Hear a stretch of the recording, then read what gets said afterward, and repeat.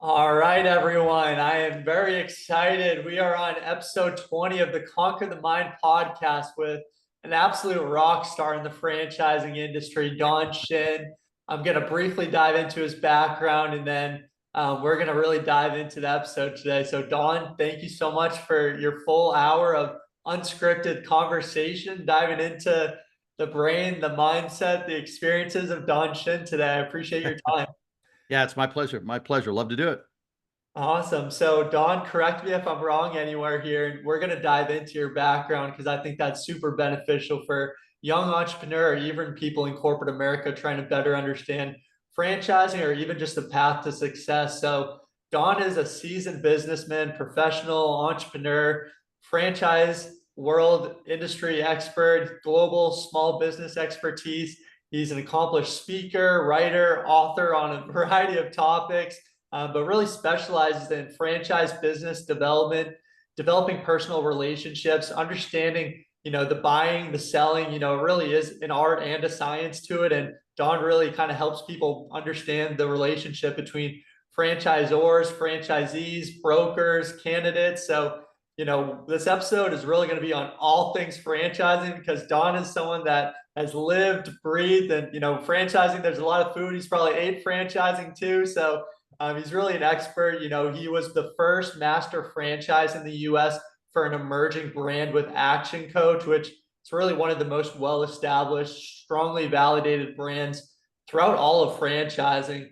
So very interested to kind of dive into those insights, those experiences, and later became the CEO of North America for ActionCOACH. And later in 2015, founded Franchise Building Expert, where he's the CEO, the founder, and all the things I just mentioned is really what he brought into this boutique where focuses on literally all aspects of franchising. So if you're someone curious about franchising or you're a franchise trying to get established, Don is really your guy for all things franchising. So Don, like I said, thank you for your time today.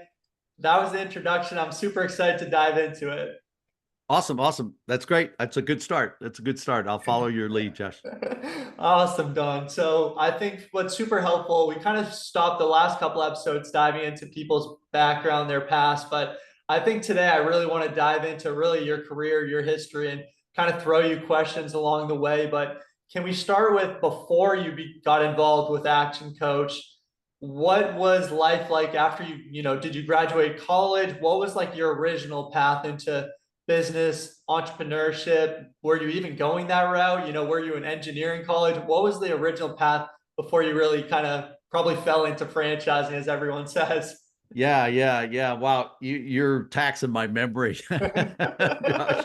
But Hey, no, I tried yeah. to make you guys think a little bit on the podcast, There you start going go. some There you different go. directions. Well, I was of the age where you had to, you really had to go get a college degree. I think I was only the third person in my general, family, my father's side of my family that even got a college, had a college degree or got a college degree. It was also at the time when it was like, hey, get through school as quickly as you can and go find a job, go find your career. And my first job offer, this just makes me laugh. My first job offer was $6,000 a year salary, and Okay. uh, and it was in I just shake my head on that one anymore. But it was in the banking industry, and I turned it down. We were in the middle of stagflation and inflation and all of that stuff when I graduated from college, Okay.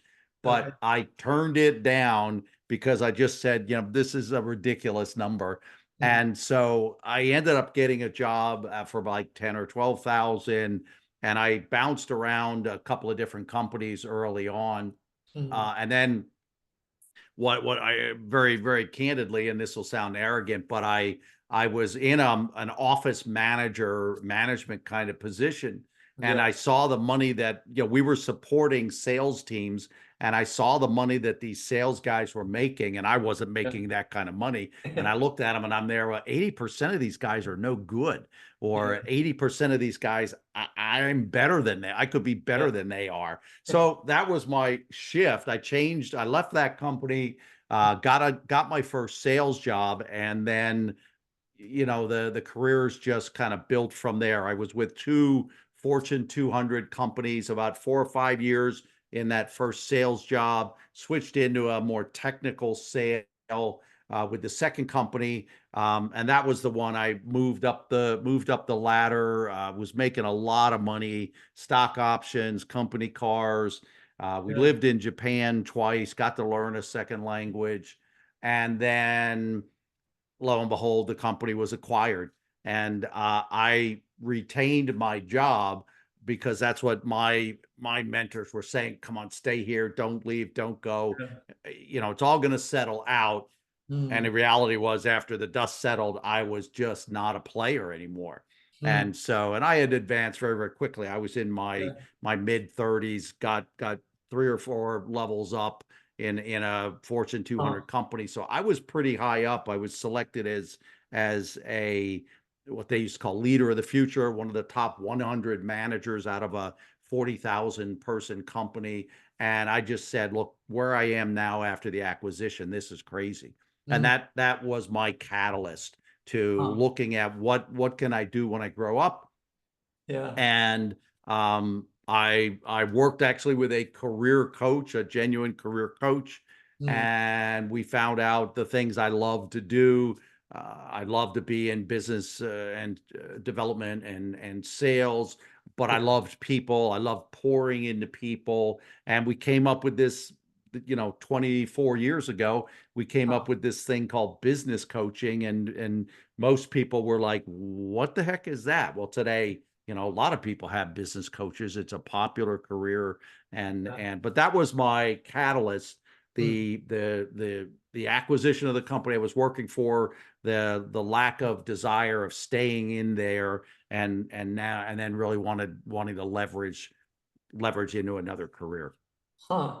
That's all fascinating, Don. You threw a lot at me. I appreciate everything there. And I like how you kind of said, like, you don't want to come off as arrogant. And I feel like growing up, sales kind of has like this bad rap. It kind of has like this negative connotation. At least when I did growing up, I was always like, I don't want to be in sales because you feel like you're like Right. forcing a product or service on someone. And you also brought up like you met a genuine business coach because, there can be good apples, there's bad apples. So I like that point, how you met a genuine business coach. But one of the keys you said, you saw these salespeople and you were like, you found like you could do that. And then you continue to level up through the organization. Can you kind of just speak on like the importance of knowing sales when, especially at like when you're coming out of college? I kind of tell, my younger sister, she's graduating college and she's looking for all these different jobs. And, I think anyone coming out of college are trying to figure out, the best monetary policies, lifestyle, growth, culture. But I always say like if you have sales skills, everything else you can kind of figure it out. It really doesn't matter. So can you kind of speak on the importance of developing those sales skills, and how did you even go about, leveling up through the company? Were you, proactively learning like different sales skills, reading books on sales, or how were you able to go about that rapid growth and, travel throughout the country? It sounded like a really cool opportunity. Yeah, well, when I got into sales, I said I'll never be unemployed because I'll go sell anything. I'll go sell Yeah. shoes. It doesn't matter. I'll never be unemployed, and that is a fact today. Mm, I've never been unemployed, and so and I'll tell you, my son is a computer engineer, and the mm, school he went to had them do presentations, get up in front of people. And for engineers, that's really tough to do. And then yeah. one of his internships, he had three, and he was on a 4.5 year program. One of his internships, the company made them kind of develop a project and present it to real managers in a company. And Yeah. and I told both of my kids, if with all the technology and all of these things going on, I said, you kids have to learn how to communicate with people. And Mm, I think that's kind of the sales side. I said, if you learn how to truly communicate with people, build yeah. relationships, and learn how to speak, learn how to communicate, Yeah. um, you'll be ahead of 80% of your peers who are just doing this stuff. And I believe that's true. And as I said, the college my son went to, they had that, they had that built into the engineering program. Mm, So So I think that's really, really critical. Yeah.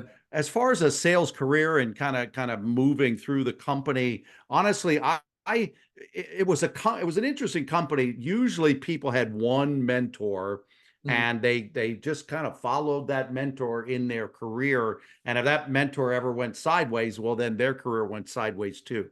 I always seem to have different mentors along the way, and I didn't burn any bridges, but I seem to have different mentors for different reasons. But I was always looking, even when I got a position, I was already looking for how do I get to the next rung? What do I Okay. have to do? What do I have to achieve? So in the pure sales realm, it was winning. They identified every year top 20 salespeople. I don't even know how many salespeople they had, but they had top 20 salespeople. So I think 2 years I won that, and that was my catapult into, or my leverage into, my first management job.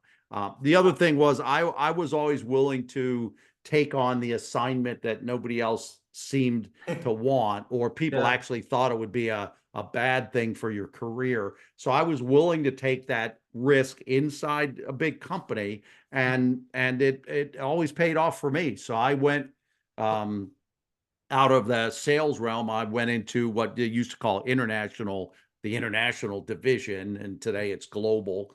Yeah. And that was before anybody was talking about global. That was before anybody was really sending expats overseas. It was before all the global, markets connected.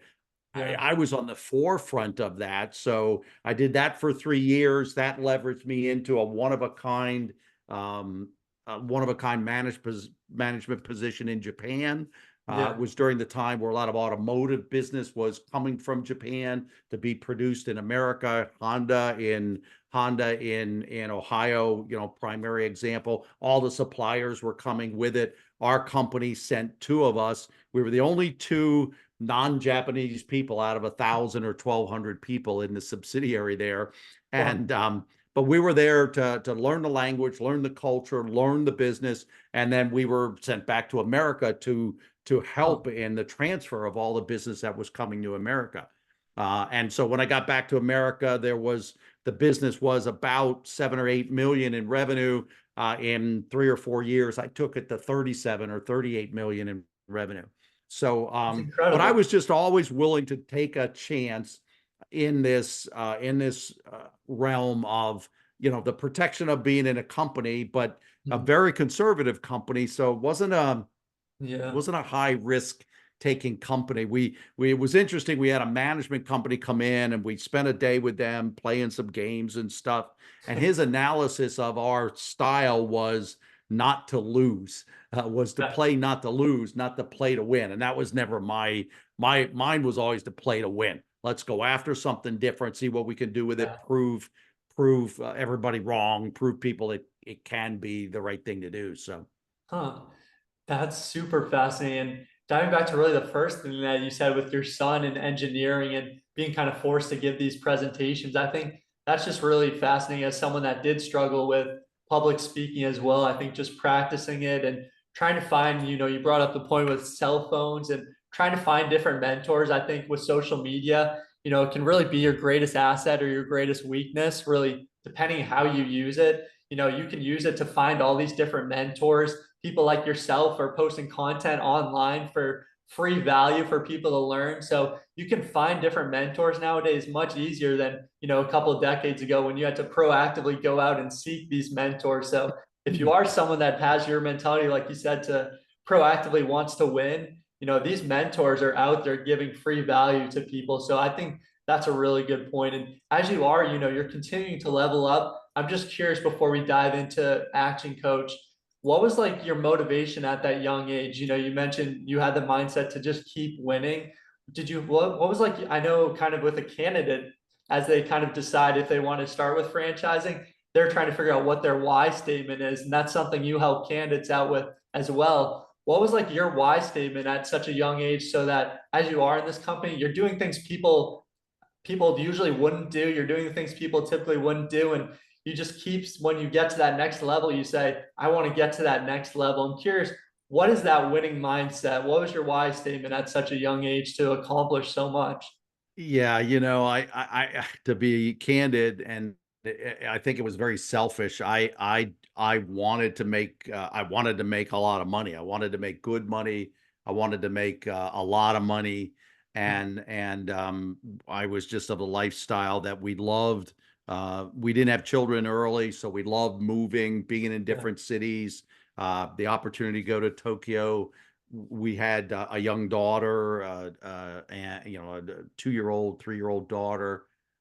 We just really had this spirit of, I'd say it was a spirit of adventure Mm, more than one of a why. I think it yeah. was more a spirit of adventure and to experience different things in life. Yeah. I will say I was very selfish, and so my moving into Action Coach, owning my own business, being able to do things differently, I think I became much less, and being in a coaching, giving Mm, business, I think I transitioned more into helping other people and others focus than the selfishness I had in my early careers. mm, But I think it was real. The reason we did all the different things we did was I think it was just a real spirit of adventure.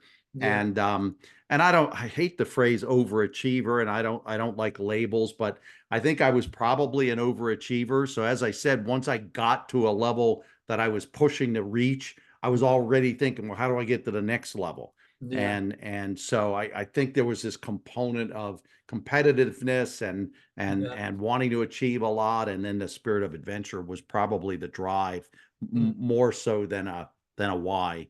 Huh, that's super fascinating. I'm going to call you out for being selfish because you're definitely not selfish given your full hour today, delivering constant free value, an author, a book. You've done countless free things. So I think that's something about people that are very humble. They'll say that they're selfish like that. But I think that's a powerful lesson. One of my mentors actually from social media kind of taught me this. You got to learn to earn to return. And that's very much kind of what you did. You learned as much as you could, you made Yeah. as much as you could, and now you're giving back as much as you can. And I think that's really a good lesson for anyone out there. Is really, the goal for anyone, I think, is just leave the world a better place. And you're doing a great job of giving back to the community. So I'm very grateful, and I'm excited to kind of continue to pick your brain apart. No Um, worries. Yeah, well, I matured a lot. Again, I in my 20s versus when I'd say when I was in my 40s, starting my own business and making that transitions of others focus.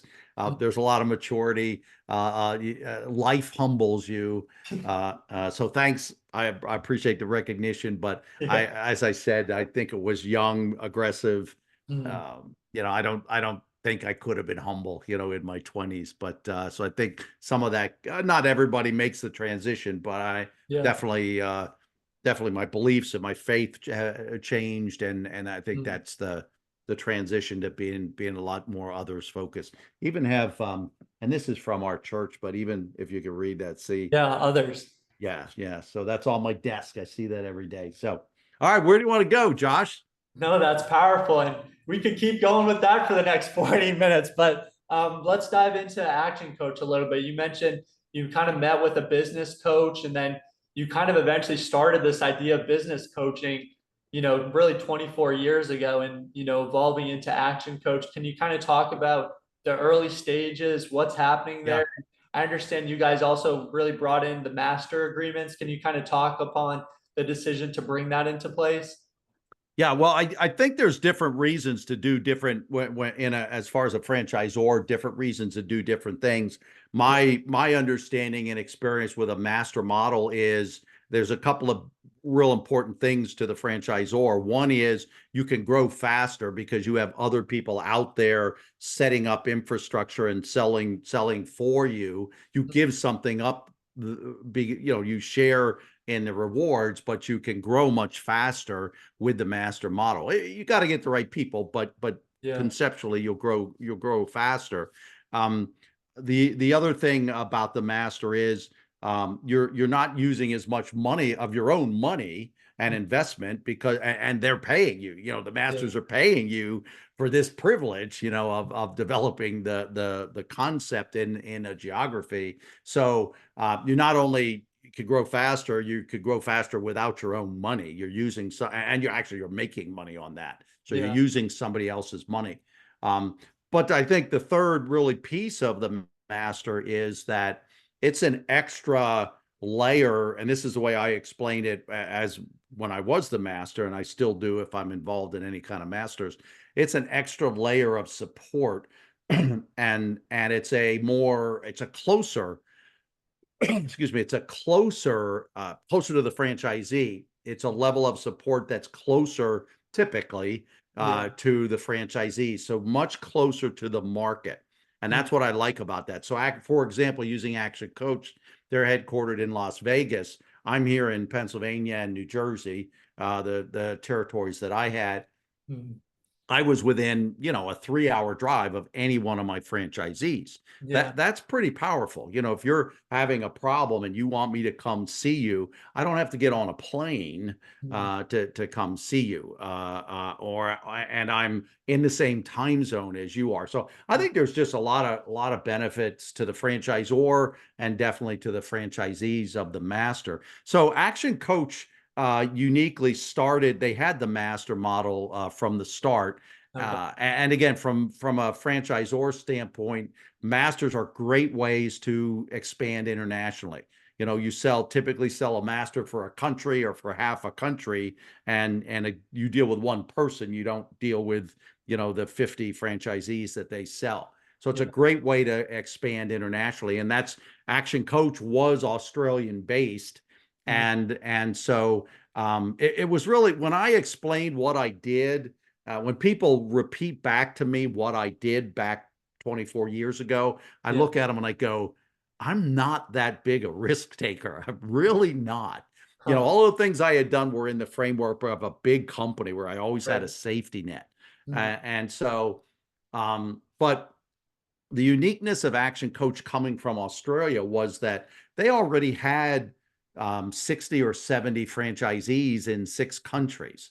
Yeah. And so, and in fact, because of my international connections, I actually had Australian friends of mine literally go knock on their door, visit their offices, and check them out Huh. before I invested. So it was just a really unique situation of getting in on the ground floor, Mm. but it really was not the high risk of a really ground floor opportunity.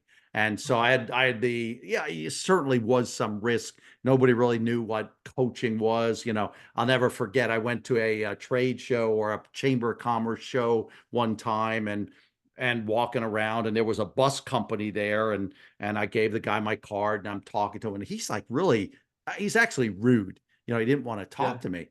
And finally, it dawned on me, in his industry, a coach was a big bus. Mm. And he thought I was a competitor. He had no idea what a business coaching was. He saw Action Coach and he thought I was a competitor. And so nobody knew.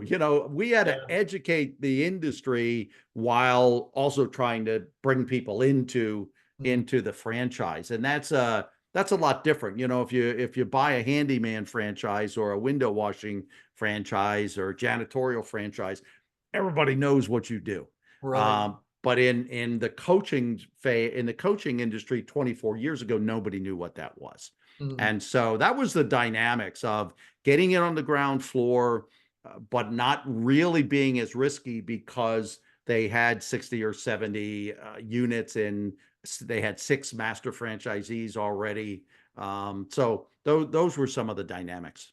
Huh, that's interesting. You mentioned trade shows. At those, if you're not like selling to someone or that someone doesn't feel like they're going to get a sale, they're on to the next person. So I thought Yeah, that's true. pretty funny.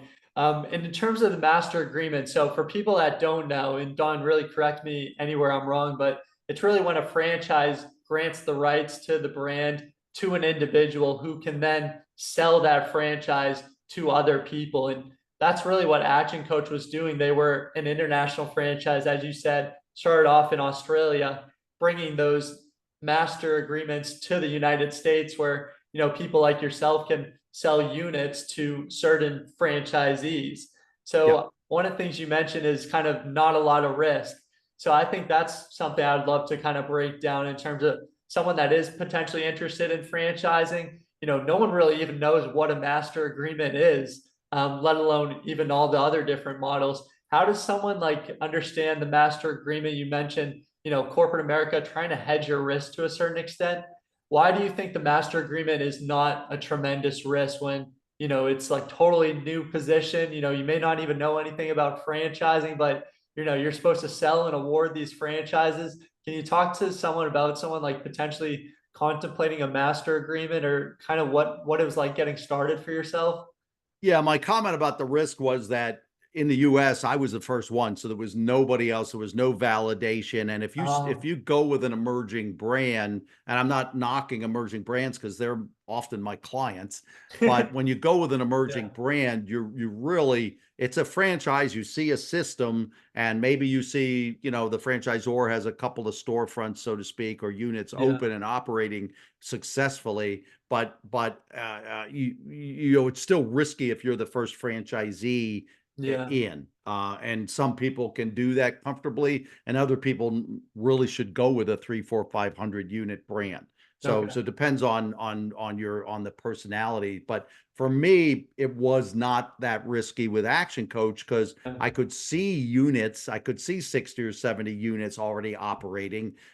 So I Yeah. knew it was repeatable, and I could see the master model was working. I could talk to people, because there were 6 of them in 6 different countries. So that's why it was just this unique dynamic of first here. And if I was the first here, with a US headquartered startup franchise emerging brand, what would have been a lot different than my scenario with Action. Okay.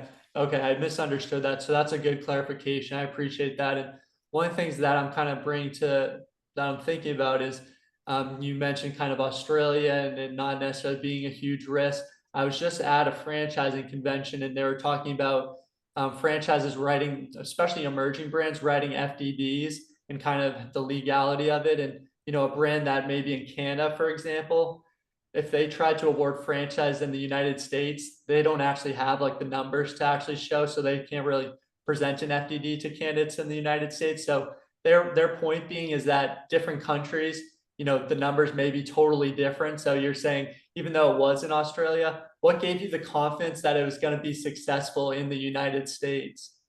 Well, no, that was the risk part. Had Yeah. the difference is there. It was in Western countries for the most part, so Okay. it wasn't like they were. I mean, they're in China now, for example, but it wasn't going into non-Western countries. So it was in Australia, it was in Singapore, it was in New Zealand, they were in Canada. So these Okay. were Western cultures that are not the same. Mm, We had to Americanize a lot of things, a lot of the brochures and language and yeah. websites and stuff were whilst, and no worries, instead of no problem. And there was a lot of believe it or not, there was a Yeah. lot of language stuff that had to be Americanized. But overall, my belief was that it's in a Western culture, and some of the pricing may have to be different for the U.S. culture or the U.S. markets. But I just had a greater sense of confidence that it was in similar or parallel type markets, Mm. and I just felt it would work. Okay, and it did work. So shout out to you for evaluating the risk, the reward properly, because I think a lot of times, candidates suffer with the paralysis analysis. And Yeah. as they go through the franchise discovery process, looking for reasons to say no to an opportunity rather than weighing it like a balance beam, because a 9 to 5 business ownership, it's definitely not going to be perfect in either world. There's no right answer, there's no wrong answer, but it's really looking at yourself in the mirror and seeing, yourself, your family, what are your goals in 3 to 5 years? And is that 9 to 5 position going to get you there? Could franchising get you there? Is it somewhere else? And yeah, I think that's just a really good point. Just not looking for different reasons to say no. And And the career coach, I think, really went much more into, we didn't call it what's your why back then, but I think the career yeah, coach dove much more into what excites me, mm, what do I enjoy doing, that kind of thing. And yeah, it's interesting. You talk about the 9 to 5, or even staying in your job, or trying to find reasons not not to move forward with a franchise opportunity. There's a gentleman I worked with years ago, and he's an author of a couple of books. But the book that I used to give away actually was Mm, called The Right Risk, RIGHT, by Bill Treasurer. mm, And the concept was, Bill's concept is that there's risk in anything. There's risk if you stay in your job, and yeah. pandemic wise, people realized the risk in employment. Yeah, Mm, I think during the pandemic, a lot of people now looking for, additional revenue streams, additional ways to build wealth, or maybe even buying a business, starting a business now because of their yeah. experience through the pandemic. But there's a risk, to your point, there's a risk in anything you do. And the book and Bill's concept is all about, you just got to find the right one for you.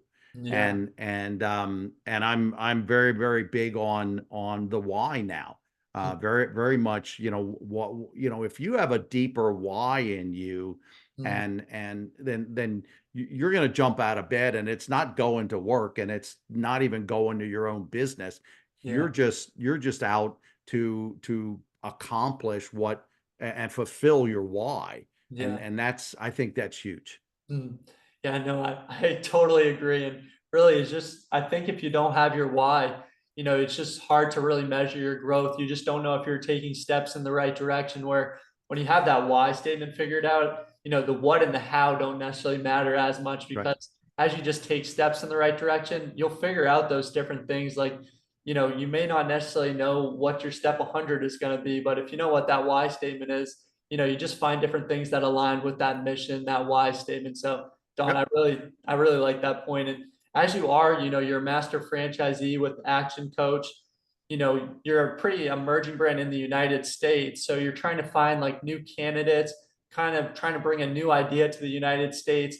One of the biggest things I think with emerging brands is trying to find what that ideal candidate even looks like. How are you like going about trying to figure out who's right for Action Coach, and then even just educate people on what Action Coach even is? Yeah, it's a great question. Um, I was blessed. I went almost 5 years before I had a franchise, let's say, fail or quit.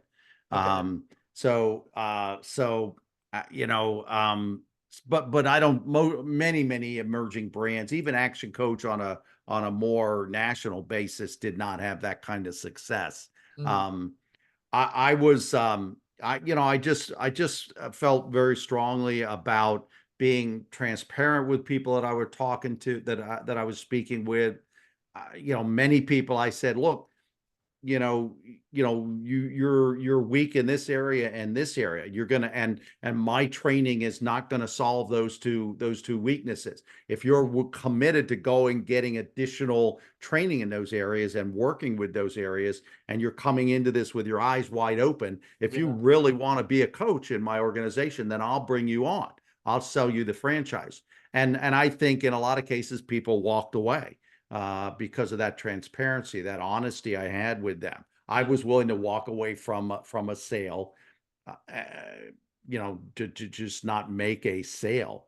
Mm, So I think that was the biggest part of the early on success. yeah. So No, that's super powerful. And as I am speaking with candidates, that's really one of the biggest things when they are speaking to franchisors is, I like the saying, are they telling you something or are they selling you something? Because mm, like you said, a good franchisor, they either own a franchise, they have family associations to the franchise, they have some sort of personal tie to the franchise for the most reason, where they're just speaking on the opportunity, and they have candidates, they're getting leads, they're just trying to find the best of the best. So they shouldn't be trying to sell you something. They shouldn't be saying, oh, we're going to change the royalty structure if you sign with us last minute, or anything crazy like that, where you feel like pressure to sign something. That's a big red flag in my book. So I think that's just a really good point. And as you are, one of the things I think you're kind of bringing up with finding the ideal candidate, you talk a lot about the candidate situational sales.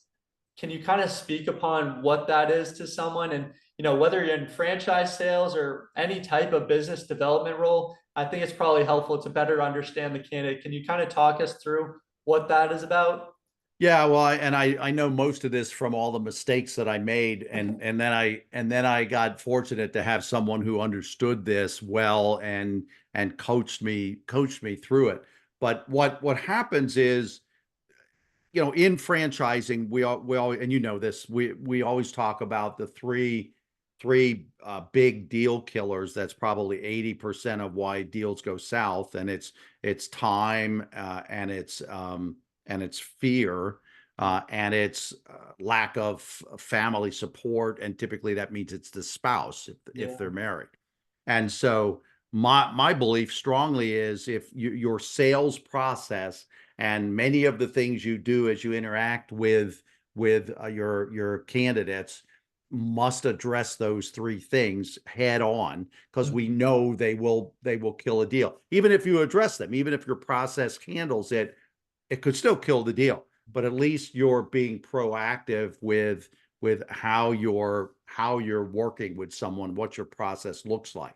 So that's what I often talk about: situational sales. It's it's learning what those things are, Yeah. being able to see them, and then respond appropriately, or in advance adjust or create your sales system, particularly for franchisors.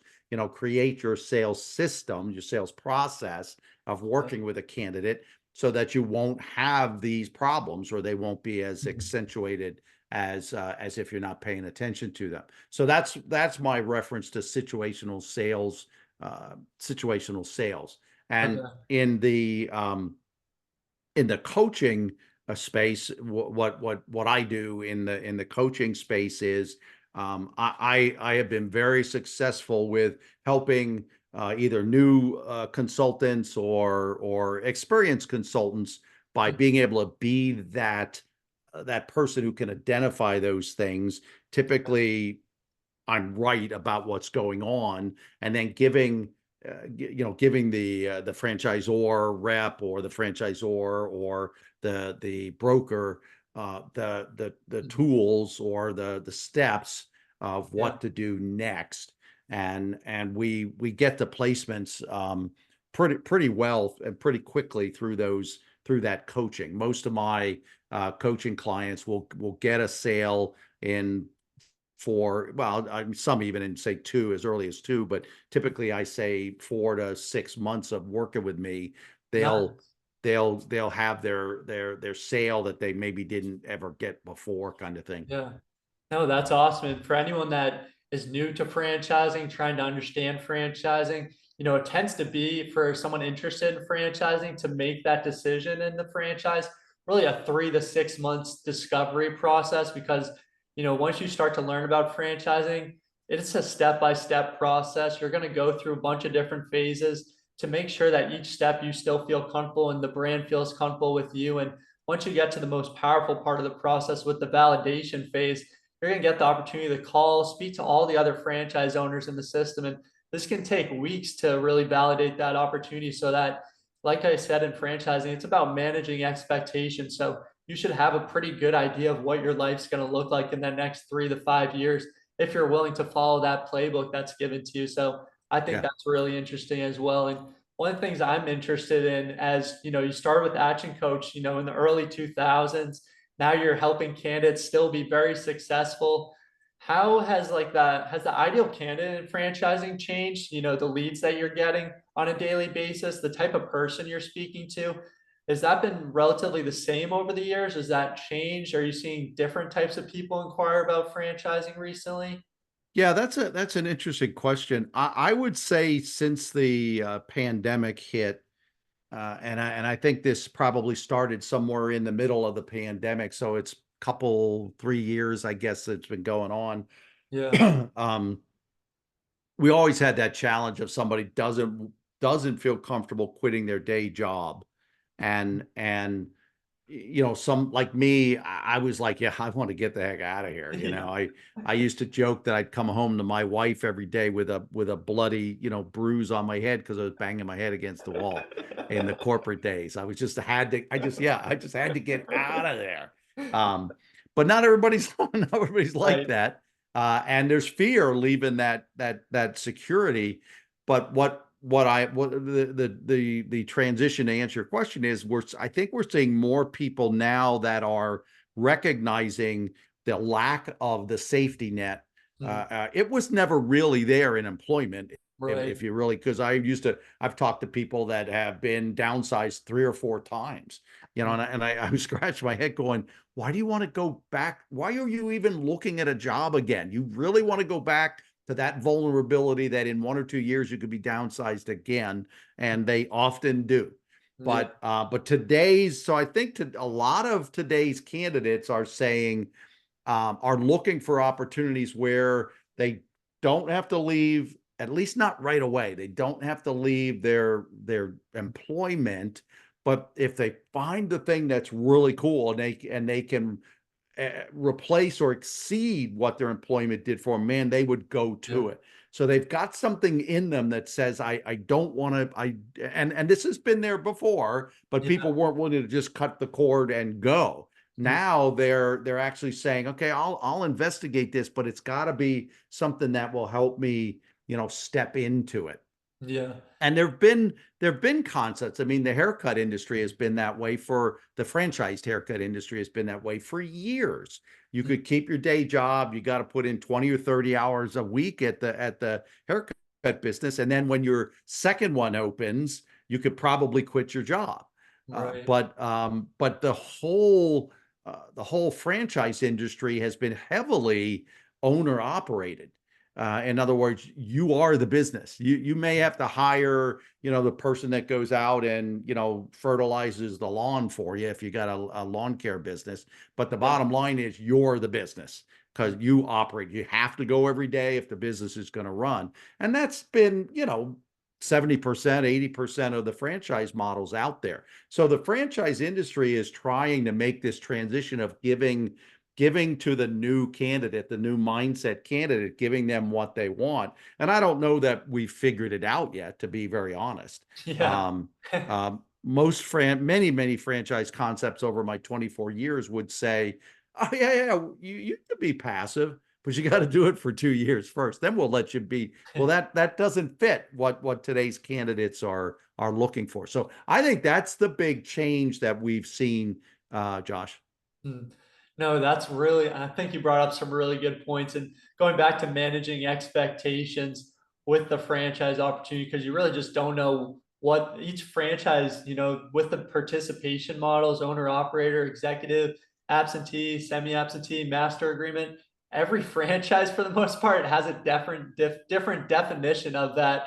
And even as people in the franchising world, we still have to actually speak to the franchise to understand what they mean by that definition. So there is no set in stone definition. And I think that's one of the big things for people, especially when they're doing just a Google search. A lot of these franchises have this clickbait that's saying absentee, little work, ROI back fast. And those are like the red flags that you just got to be cautious of, because the good franchises, they're not trying to like get all these unqualified leads. They don't need this traffic. They're getting tons of qualified leads on a daily basis. Yep. That's why they work with brokers to find them the best of the best. So I think Google searches can be very misleading, and something that you brought up also with just the lack of safety in employment. There's no right answer, like I said, with a business owner or a 9 to 5. But the point being, if you're in a 9 to 5 and you think that's safe, it's probably the furthest thing from safe.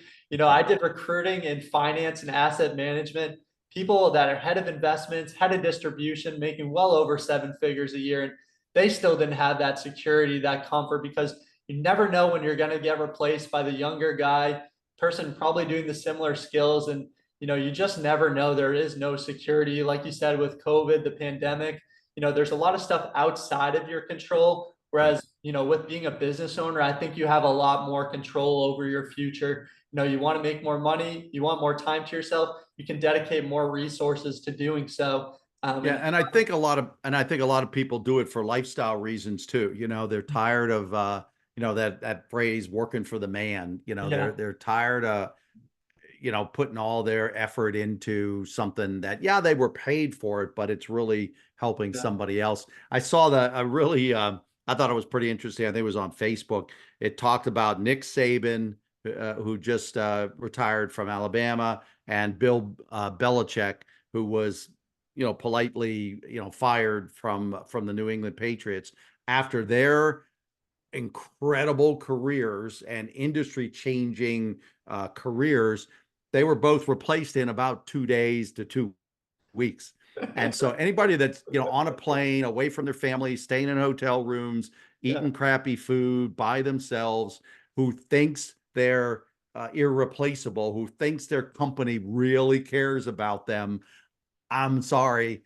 If these two guys can be replaced that quickly, anybody can be replaced pretty quickly. So that's where I think, hey, make the transition. I'm was working with a candidate that did not so far has not moved forward, but his company dangled sort of a sideways job, but it sounded like a fun job.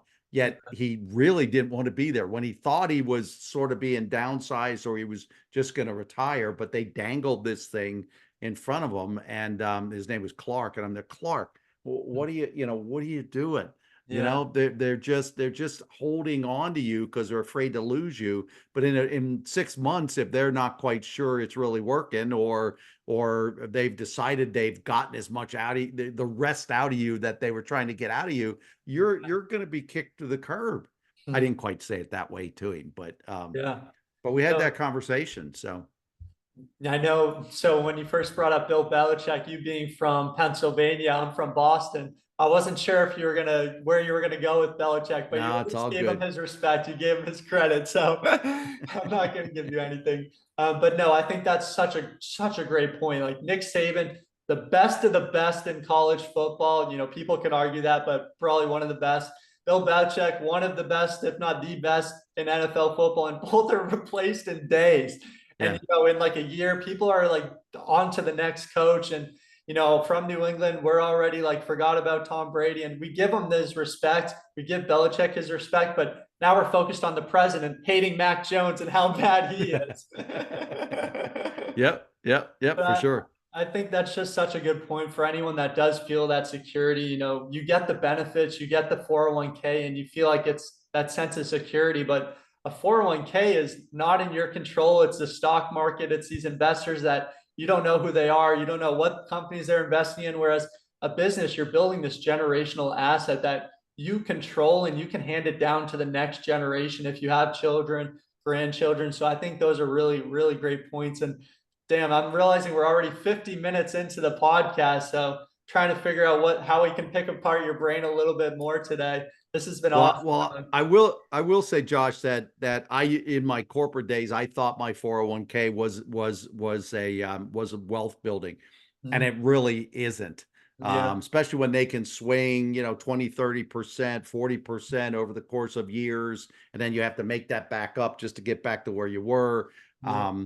Really, business ownership. And again, I'm a big believer in trying to have multiple ways that you're building wealth. But so I've owned some commercial real estate at one Yeah. point in time. But the stock market and a 401k can be a piece, Mhm. but business ownership, you clearly have control of that. Mhm. That you don't in the stock. You can pick the stocks or pick the mutual funds, but you really don't Yeah. have control. Business ownership does that. And once you learn how to run one business candidly, you can run other businesses Yeah. if you learn how to run it correctly. And this Yeah. is one of the big things that Action Coach people do. And I, being there 15 years and then CEO for several years, I know how to do that. So owning multiple businesses and diversifying your Yeah. businesses, plus maybe some real estate, plus your stock investments. That's the way to truly build wealth, Hmm. not just having a 401k. No, those are really, really great points. If anyone, I think everyone should really rewind the last 2 minutes and play that back. If you lose 50% in the stock market, you got to make that up 100%. So, even these small losses that you think, oh, I'm going to get it back, or, oh, the 5 to 10 year, it's okay. No, but you still lost that money and now you have to get it back. Whereas, really the point being, you don't have control over that. Whereas you do have control with the business, and you can hedge that risk by working with a broker, finding something that does align with your needs, something that may has weathered through multiple recessions at this point. And I think one of the points you bring up is too with franchising, commercial real estate. A lot of times people in corporate America looking at franchising, they're trying to weigh, the income especially. And, they look at franchising as like, they look at that FDD, what is the income going to make me? But your point being, if you learn the skills to be a business owner, Ricky Hall in a previous episode and my father in a previous episode, they alluded to you could be dropped out of a plane in any country, any state, and you have the skills to build a different business, to be successful in all these different traits. So I don't think people, whether they're looking at the thing right in front of them, they should realize, that may not be your final step. And you may purchase a franchise. You could build, a portfolio of home service brands, That's or you exactly could, right. you could acquire multi-unit territory. Buying that one franchise, that's not your end game. That's not your end all be all. It's really just your next step so that you have control. You start building up these skills to really make yourself and your family an asset. For me personally, I think the economy times are very tough right now. We have an election coming up. Things are probably going to get pretty hectic over the next couple of years. I think it's a really great time to be in control of your future, really, not Correct. only for yourself, but most importantly for your family. So these are all Yeah, some, the national economies, I don't think has that much of an impact. It depends on the industry, but it's really not going to have as much of an impact on me and my local town. And mm, so owning a franchise in my local town, people are still going to need their lawn cut. People are still going to need their houses painted.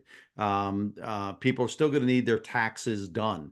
There are businesses that you can own that regardless of the economy and they're local, they're in your community, what's going on in your own local community, and that economy is going to be much more important than, oh, well, we're on a national recession. So, yeah. so there's tons of businesses to get into that are well worth buying, even in what's supposedly is a bad economy. Yeah. No, though, so many great points, Don. I really appreciate your time today. I think anyone interested in franchising, trying to understand franchising, this is definitely going to be a really great episode for anyone to watch. Just some really great points and we actually went really off topic. I feel like I didn't get to really focus on your career that much at all, but it's still very helpful. And one of the questions I really did want to ask you that's kind of off topic, but really relevant to the franchise process, one of the bigger names in sales is Jordan Belfort, the Wolf of Wall Street. And he wrote the book really on the art of straight line selling and just the idea that every sale is really the exact same and you really follow a script to the book. I'm curious, as someone that's really a master in sales for decades, awarded numerous territories, so much success. What's your take on the straight line method? And is every product, selling every product, a franchise, bubblegum, are all sales the same? Is each candidate process the same, or are those very different? Each candidate needs its own personalized approach. Yeah, I think you can have a sales process Mm, so that you're confident all the things are talked about, all the things are covered that need to be covered. But what I've felt is that people are all different. So let's just say the sales system is 9 steps, so 1 through 9. mm, Probably the 1, 2, and 3 you do all the time with everybody, but you'll get to a place where you got to jump to 8 and then back to 4 and then 5 and then to 7 and then back to 6 and then to 9. People are different. They're going to look at things differently. They're going to absorb information differently. So I think you still need a fundamental process, but the tailoring is only in as to maybe some things are done in parallel. Maybe 7 and 8 are done at the same time. mm. So I think you can adjust, but the people that tell me that their sales process is absolutely different for every person, I don't buy that. Yeah. I also think there's been shifts away from the hardcore, here are the features and here are the benefits. That's kind of the way I was originally taught how to sell. And Yeah. now much more relational, much more having someone buying from someone that they like, Yeah. as well as someone that they trust. And that's even a debate. One of my mentors is Jeffrey Gitomer, really one of the probably the name in sale, or at least used to be one of the names in sales and customer service, training and advice and so on. And Jeffrey, I think, kind of leans toward like is even more important than trust. Huh. You can't distrust somebody, but if you like somebody, it will probably outweigh the trust. Yeah. I think today's sales is that you have to sell the problem that you're solving, the problem that your product or your service solves. Yeah. That's what I think really has to happen. And so while you build the relationship and you learn what's going on, some people still talk about finding the pain. I'm not trying to find any pain. Mhm. I'm trying to find out their problems and their challenges, and does what I do solve that problem and solve that challenge. So as I would sell, then I'm doing is solving the problems that I know that they have. No, that's awesome. And, for someone, I think it really, like we kind of emphasized on the episode, going back to your why, what your why is, what you're looking for, where you are now, and trying to evaluate that. So if you are someone that, you do have problems, or maybe you're just looking for something else, how does someone like go about the first steps of really getting started in franchising? For someone like I asked in previous episodes to a couple franchise developers, when you first inquire for information on franchising, it can be pretty overwhelming getting bombarded by a bunch of different people. What do you tell someone? Should you work with a broker? Should you ignore those automations? How do you figure out like those initial steps if you are interested? Yeah, I would say, first of all, don't be overwhelmed. You know, Yeah. so much is going to come at you that you're not familiar with, but just recognize if it's the right thing to do. Don't let that overwhelming feeling or the fear feeling take you out, knock you off course from achieving your dream, or Yeah. going after your dream. I would always get advice. Any big decision in life, we all have advisors. You don't, if you have any kind of money, you probably have a financial advisor. You don't go investing on your own. You can, but if as you start to make a lot of money, you want to know more. You want an advisor. Taxes was another one. Again, if you have a little bit more complex tax situations, you have a CPA do your taxes. Yes, you could go do TurboTax or something if you have simple taxes, but most people, as they get along in life and investments and children and so on, you want to get tax advice. Mhm. So the bottom line is, I think, working with a consultant is an important step. Mhm. Um, I've heard, and from 4 to 6, somebody said something to me the other day, there's 4 to 6,000. Somebody said the other day to me, there's 9,000 franchises. I don't know what the right number is anymore, but with that many possibilities, and with it being, I won't say it's the biggest decision you'll ever make in your life, but it's in the top three. Yeah. And so I don't know how anybody goes it along. I have enough stories of people that went down that road by themselves, and it was a disaster. Yeah. So I think using a consultant, and I would say, and my personal opinion is, find people that have been there themselves. I mean, I love consultants who have been in business for themselves before, or owned a franchise themselves before, or own one now. I think those are the people who, it's not saying that if you've never done that you can't be a good consultant. I'm just saying I personally look for that, because I think that's just an added advantage to the person looking to buy a franchise. Mhm. Yeah, and I have my same share of, sad stories as well, where people don't use a broker and they want to go right to the franchise. And you can get all these Google searches, but as you alluded to, there's thousands of opportunities Yeah. that even brokers, people in the franchising industry can't keep track of all the different franchises. Right.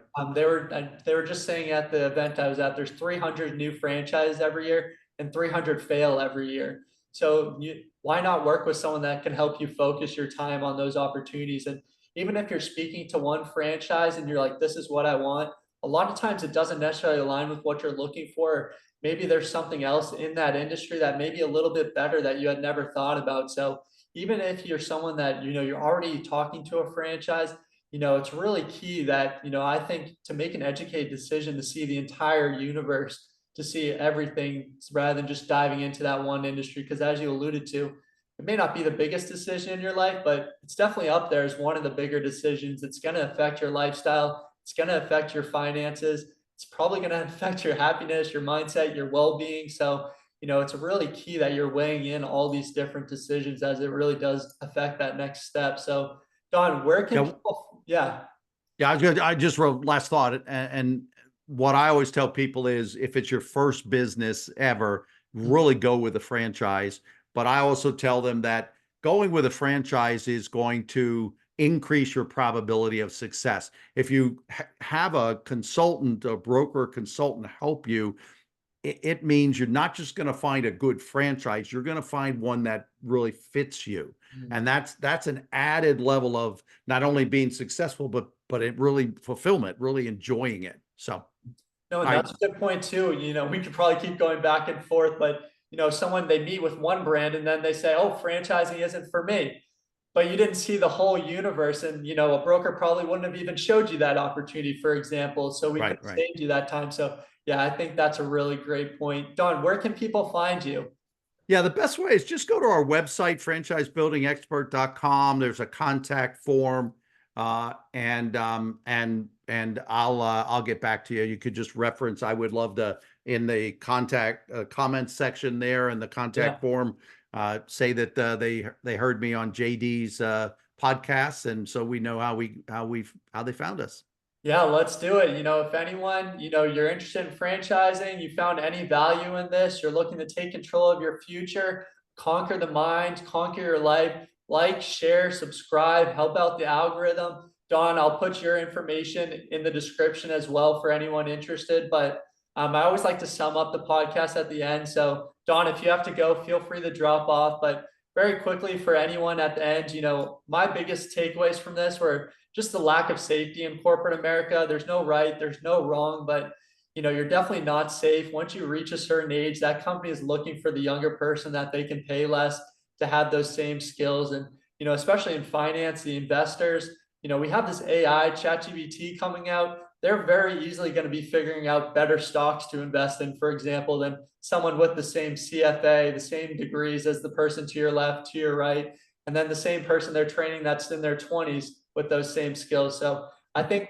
there's no right, there's no wrong, but I do encourage you to at least look at business ownership. You don't need to have every skill in the book. It really, once you work with a broker, it allows you to figure out your strengths, your weaknesses, your passions, your interests, your goals, and we can help you align those with an opportunity that may make sense for you. And at the end of the day, it may not make sense for you, but it allows you to make that educated decision so that, as Don alluded to, you're not banging your head against the desk every day, trying to just, think of what's next, but, really think of your why statement, where you want to be in 3 to 5 years, and is your current position going to get you there? And Don, I really like the idea of once you have sales skills, people skills, likability, you're unemployable. It doesn't matter what happens. You could sell whatever it is it may be, but you have all these different skills so that I like to say you're making yourself an asset through building yourself, learning through mentors that you alluded to a lot, learning, but just developing all these different skills. And Don, this has been super helpful. I really appreciate your time. Episode My pleasure. 20 in the books. All right. Thanks for the opportunity.